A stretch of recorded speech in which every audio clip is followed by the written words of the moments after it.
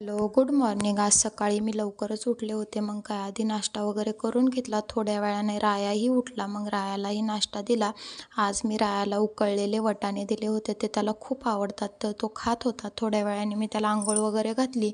त्याला तयार करायला घेतलं. त्याला तयार करत असताना मी कॅमेरा शूटसाठी ठेवला होता.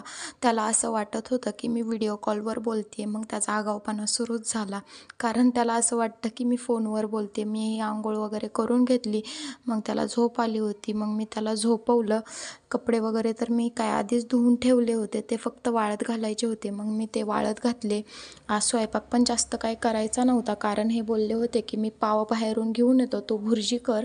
मग काय मी भुर्जी करायला घेतली. भुर्जी मी करतच होते. हे आले, बोलले की थांब मी भुर्जी छान मिक्स करतो, तोपर्यंत तू पाव गरम कर. मग हे भुर्जी मिक्स करायला लागले. मी पाव वगैरे गरम केली. ह्यांना मी जेवायला दिलं.